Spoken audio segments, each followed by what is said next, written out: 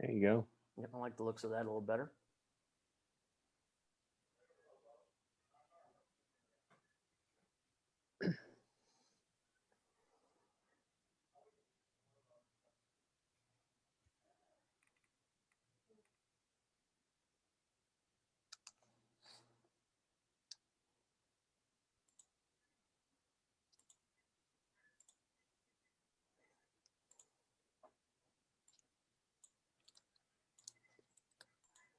All right, we're going to go ahead and get started. We certainly appreciate everybody for tuning in and studying along with us, whether you're watching here on Facebook Live or you are studying along with us on our podcast a little bit later. We certainly appreciate that. We're going to be studying from John chapter 9. We'll be continuing on kind of our study of the life of Jesus. We've been kind of following along the syllabus that we have here at Traders Point Church of Christ, where John and I are members, that our children really are following this curriculum. And we've been kind of picking a story out from what they have going on and spending some time in discussing that. And as we have over the past several months, at the beginning part of the month, a special guest, and we have that again this evening. My dad, Andy Bard, has joined us, and he is excited about the study. I know he's really excited about the summary that he's got ready to go under the clock here in just a second. John and I really like it when we have a guest that we're not subjected to the clock, even though neither one of us looks that closely at it, I don't think, but still having it up there is a part of it. But in John chapter 9, it's going to be another miracle that we're going to see performed of Jesus, and certainly reaction to that. There's a lot of application from the reaction, especially. That's probably where we'll spend the most of our time and discussion tonight. So I don't want to take any more or do the summary for him. I'll throw it over to Dad if you're ready to go. Okay, I'm ready. I'm going to pop the timer. I'm actually decided to give you a whole minute and a half. I'll give you an extra 30 seconds, and you can get as close to that as you can if you're ready to go. Okay. Well, tonight we're looking at John chapter 9, which is the miracle of Jesus healing the blind man. And as we look into chapter 9 and look, as Jeremy said, especially the reactions of the miracle, it's going to help us, I think, a little bit understand what was going on in chapter 8, because I think chapter 8 is just a continuation, or chapter 9 is just a continuation of chapter 8. In chapter 8, Jesus he's in Jerusalem, attending the Feast of the Booths. He's been spending most of his time in the temple teaching, as he normally would do when he was in Jerusalem. And at the end of chapter 8, he has a confrontation with the Pharisees, and he accuses them of being children of the devil instead of children of Abraham, because they weren't listening to him and they weren't putting their faith in him or the works that he was showing them to do. So as we continue in chapter 9, at the end of chapter 8, they get ready to stone Jesus, and Jesus slips away. Him and his disciples leave the temple, and that's where we pick up then in chapter 9. Chapter 9, as they've left the temple area, they come past a man that's begging, that Jesus has been blind from birth, and his disciples see that he is talking to this man, and they ask Jesus about the man, whether he had sinned or his parents had sinned.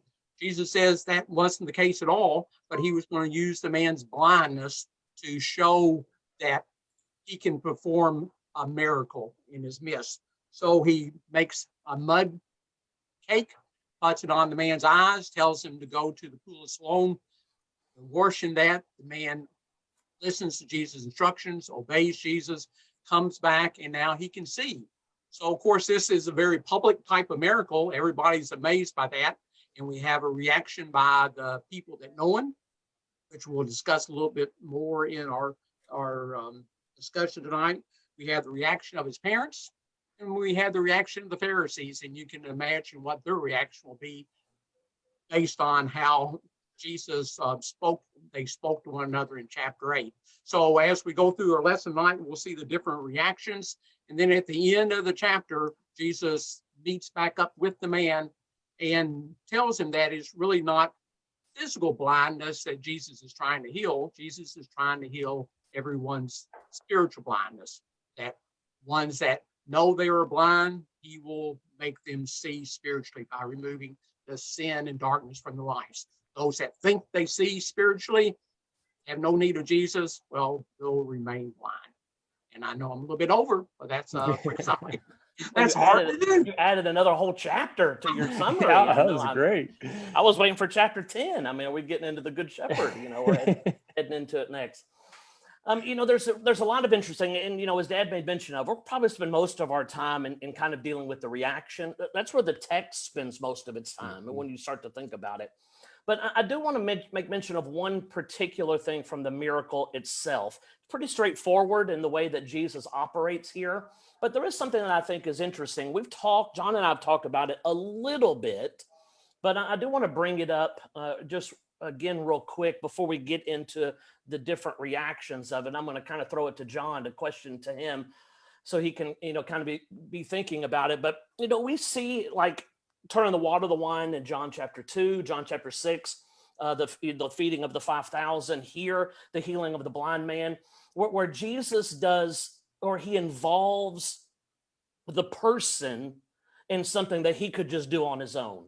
I mean, he didn't need the water pots to be filled the way that they were filled by the servants in Cana. He didn't need the fishes and bread to even be brought there by Andrew, and for him to be able to multiply those things. And he didn't need this man to put the mud into his eyes and go and to wash it out in order for the blindness to be healed. I mean, he is the one that contains the power. And so just real quick, kind of just pulling the miracle itself together. And all of those are, I think, in a very similar kind of vein. But what do you think is one of the reasons, John, that we see Jesus interact this way? And we'll see it more than this, where he actually has almost, not that they're doing anything, all the power comes from Jesus, but it's not just the snap of the finger, boom, you can see, where he certainly had the power to do that. Yeah, absolutely. I mean, he had the power just to speak to this man and make him see, no doubt. I think going about it the way that he does adds to the intrigue, certainly. And we're going to see, as we talk about the different responses that he gets from this, one thing that Jesus always tries to do is he encourages people to think about this. And he wants them to process what they've seen and what they've witnessed. And he wants individually, for the man whose blindness he's healing, he wants him to be a part of this. And so he wants to bring these people in, as opposed to doing something from afar.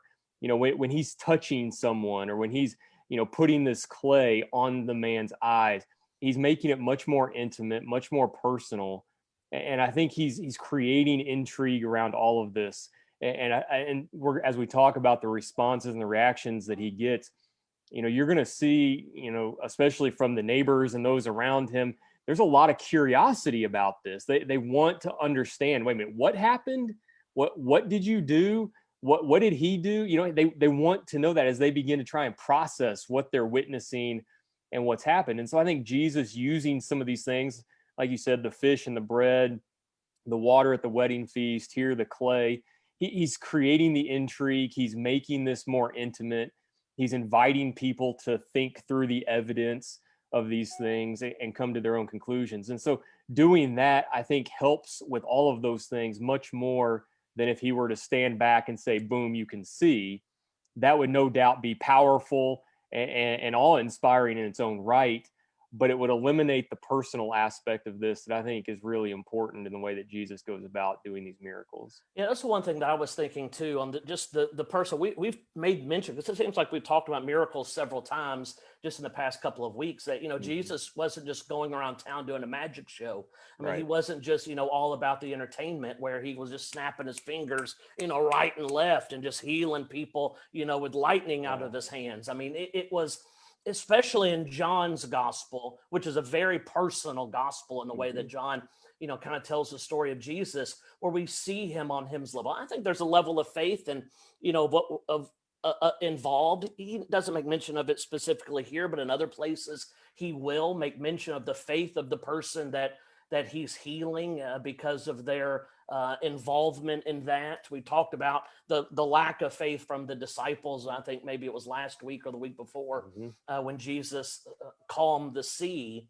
And so there's certainly a level in that as well. But because this blind man, he's going to be the star of the show for the rest of this chapter. Yeah. I mean, he is going to be not Jesus, really. I mean, Yeah. Jesus won't pop back on until the Yeah. very end of the chapter, as Dad made mention. It is this blind man that is on stage and almost being interrogated throughout the chapter. And maybe this is Jesus's way of preparing him for that, you know, and because he knows that that's the way that he has. Dad, do you have any thoughts on that? I think that Jesus being the Messiah, he certainly could have put himself over everyone, above everyone else, and lorded over them.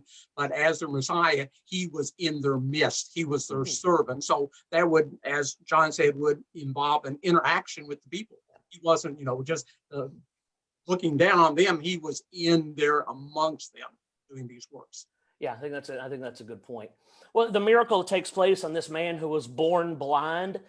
He now is able to see, and now what happens, much like we saw in John chapter 6 when Jesus feeds the 5,000, the punch of that chapter really becomes the reaction. Jesus is teaching, following that. And here in John chapter 9, even though the miracle is pretty straightforward, it's just 11 verses or so. And now the rest of that chapter is how really differing groups will respond to what took place. And when I was thinking about this, and I've talked to both of you guys about it, earlier today, to me, it is application wise on how differing people respond or react to absolute truth.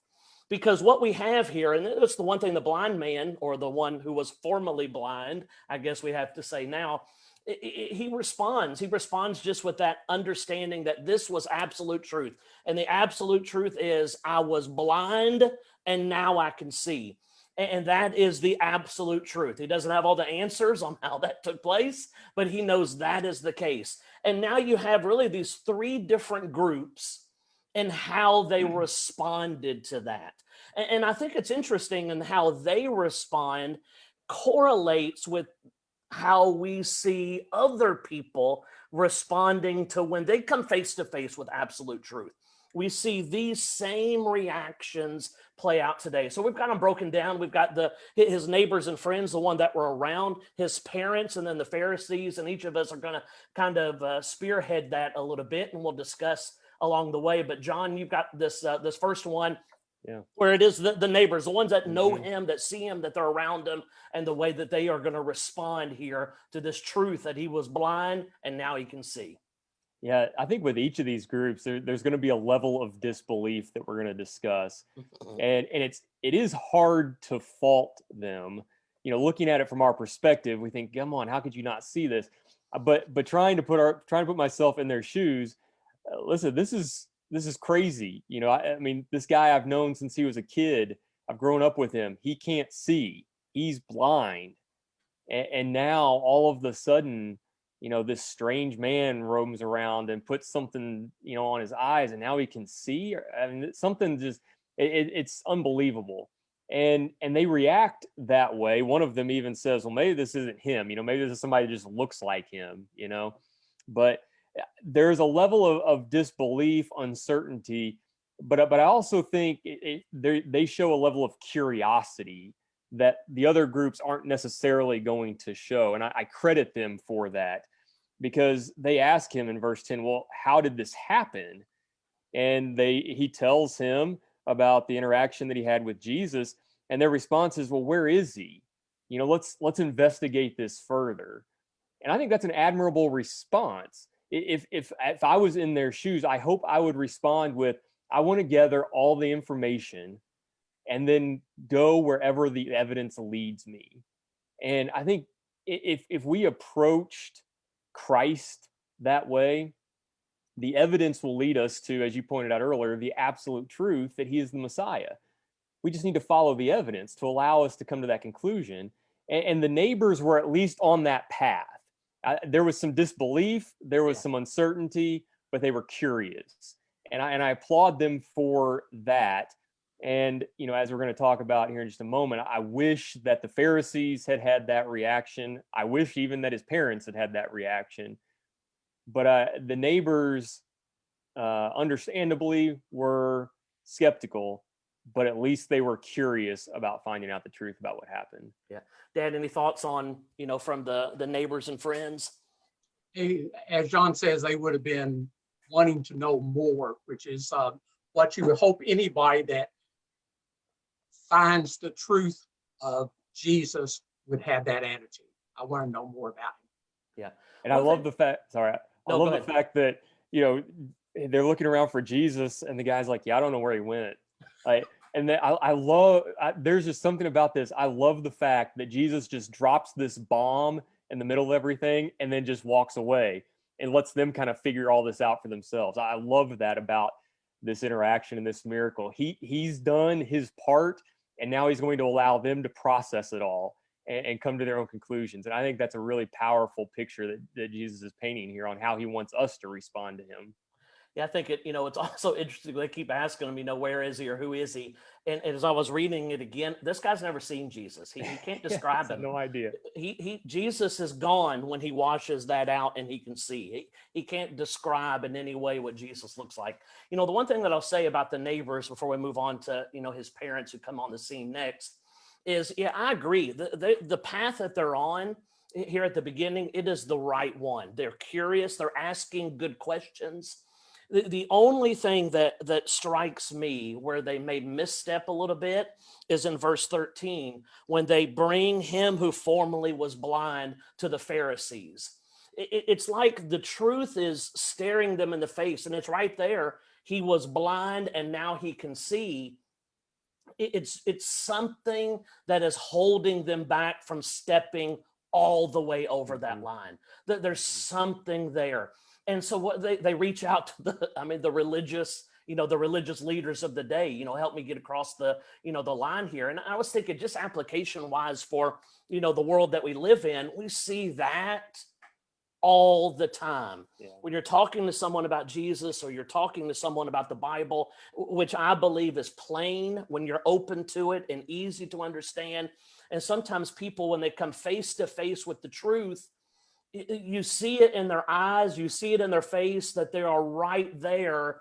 But sometimes it's, I need to talk to someone else about this, or I need to talk to my preacher, where I go to church. He knows more than I do. It's almost like I don't think I'm able to get all the way there, even though they have that desire to.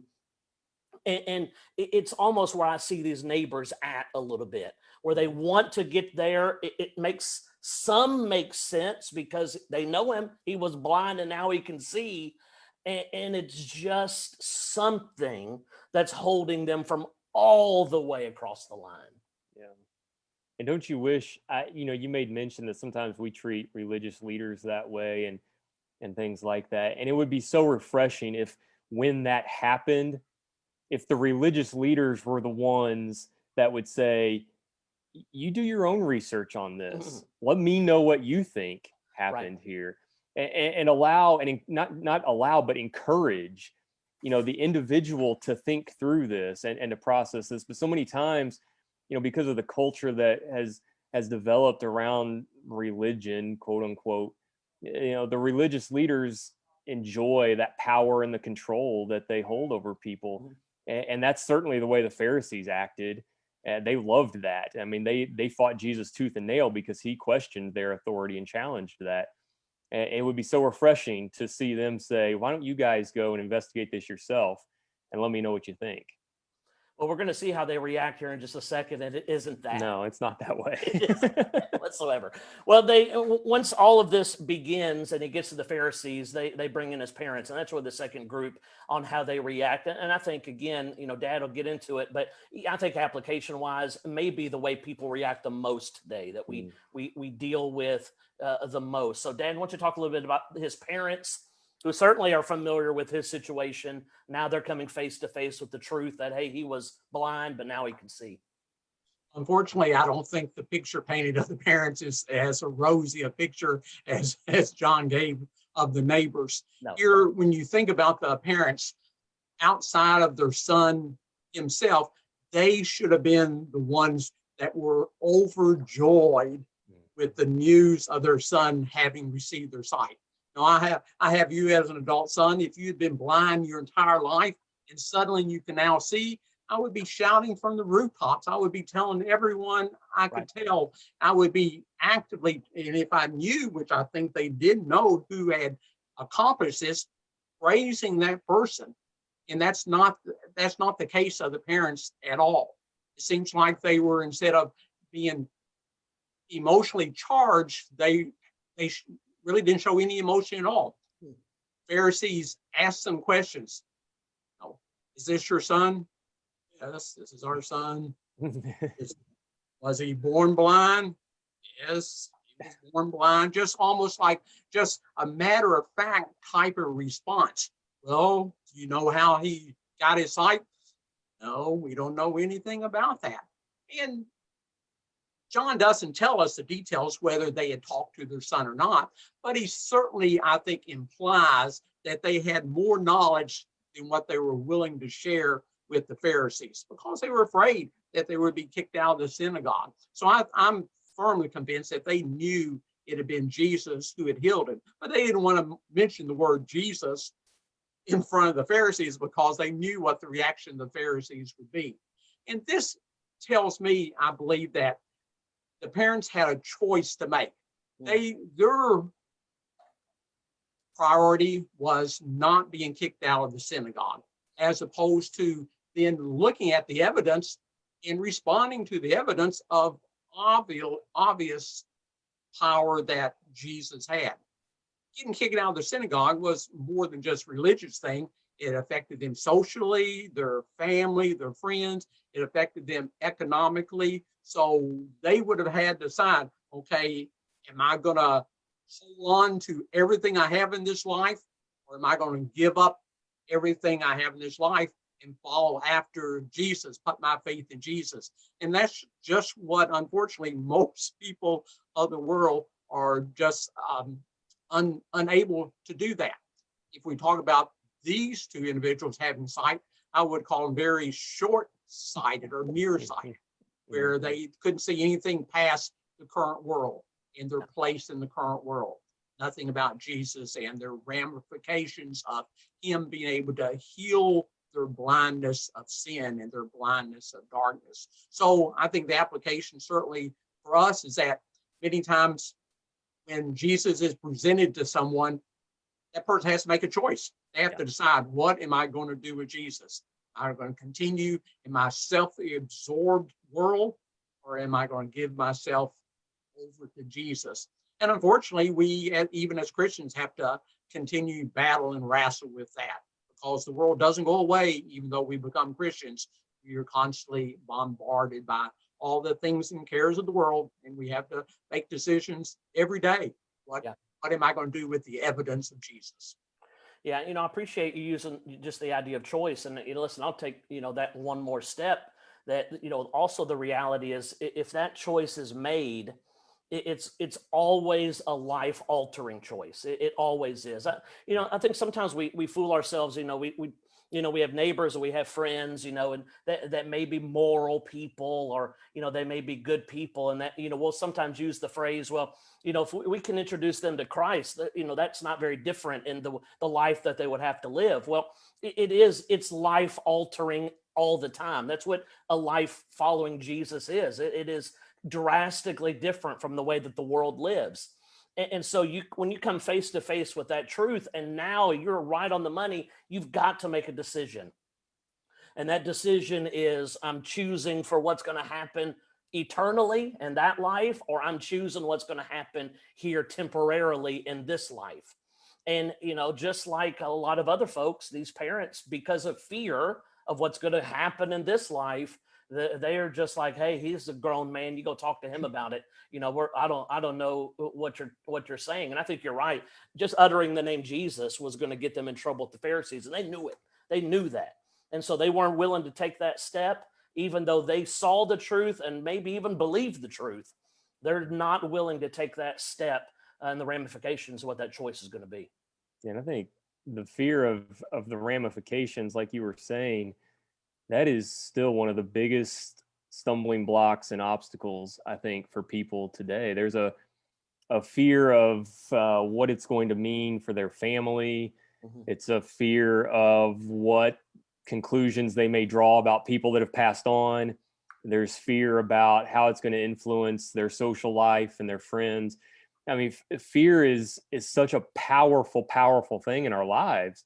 And I think there are unfortunately a lot of people who are going to be lost because they can't overcome fear. Right. And this man's parents are a prime example of that.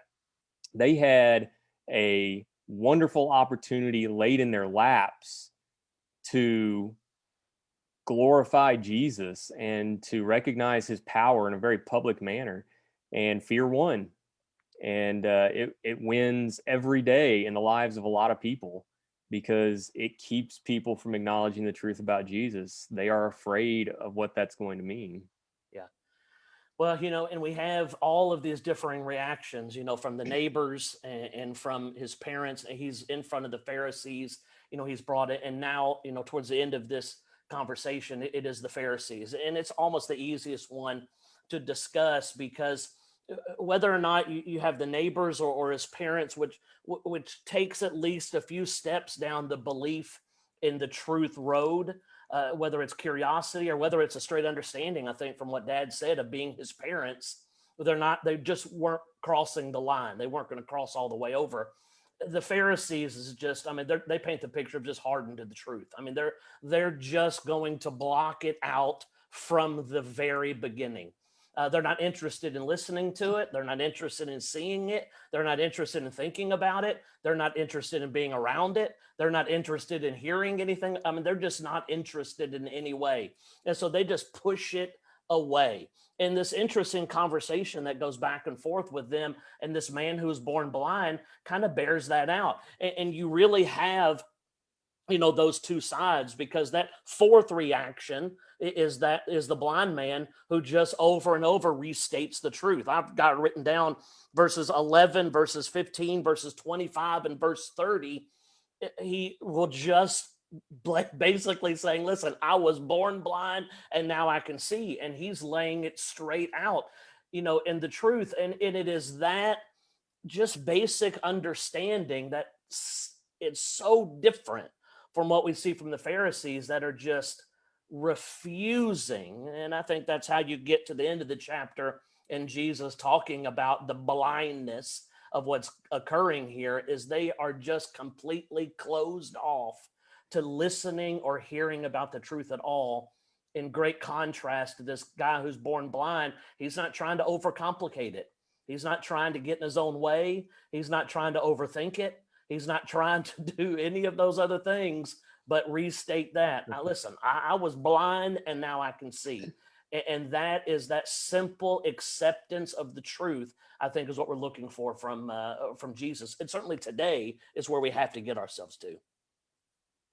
One of the things I couldn't, it was almost just unbelievable the way they respond, because they're, upon seeing the fact that this man can now see, their response is, wait a minute, did he do this on the Sabbath? Yeah. And it's like, this man was blind and now he can see. And the question you have is, did he do this on the Sabbath? And it's just unbelievable how they respond to this. It's just completely overlooking the miracle that just took place. But I think, to your point, they didn't want to believe this. And so they were going to deny everything and try and push all of the evidence to the side. And, it's like that old, what's that old saying? I'm going to mess it up probably. If it looks like a duck, swims like a duck, quacks like a duck, it's probably a duck, something like that. Right. You would like to think that they would look at what just happened and be like, this had to be the Son of God, because that's the only logical conclusion that makes sense. But in the reality is, they look at it, they see what just happened, and their response is, wait a minute, he's a sinner. He did this on the Sabbath day. And it just goes to show just how determined they are not to believe. Mm-hmm. And that's a sad reality. But unfortunately, I think we see that still today. There are people who are just bound and determined not to believe. It doesn't matter how much evidence you put in front of them.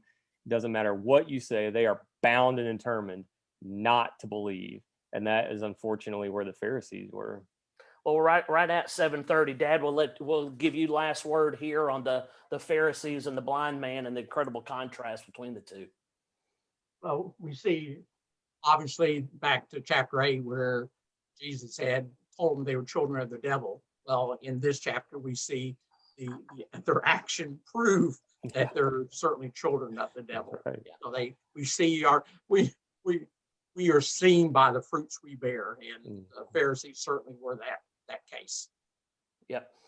Well, it's an interesting, certainly chapter. I would encourage anybody that studied along with us tonight to just take a moment to read. It won't take you very long to to read through the chapter here in John chapter 9 and be thinking along the way. What kind of, how do I respond to the truth? How do what camp do I fall into? Do I fall into the camp of the neighbors or the parents or the Pharisees or this blind man?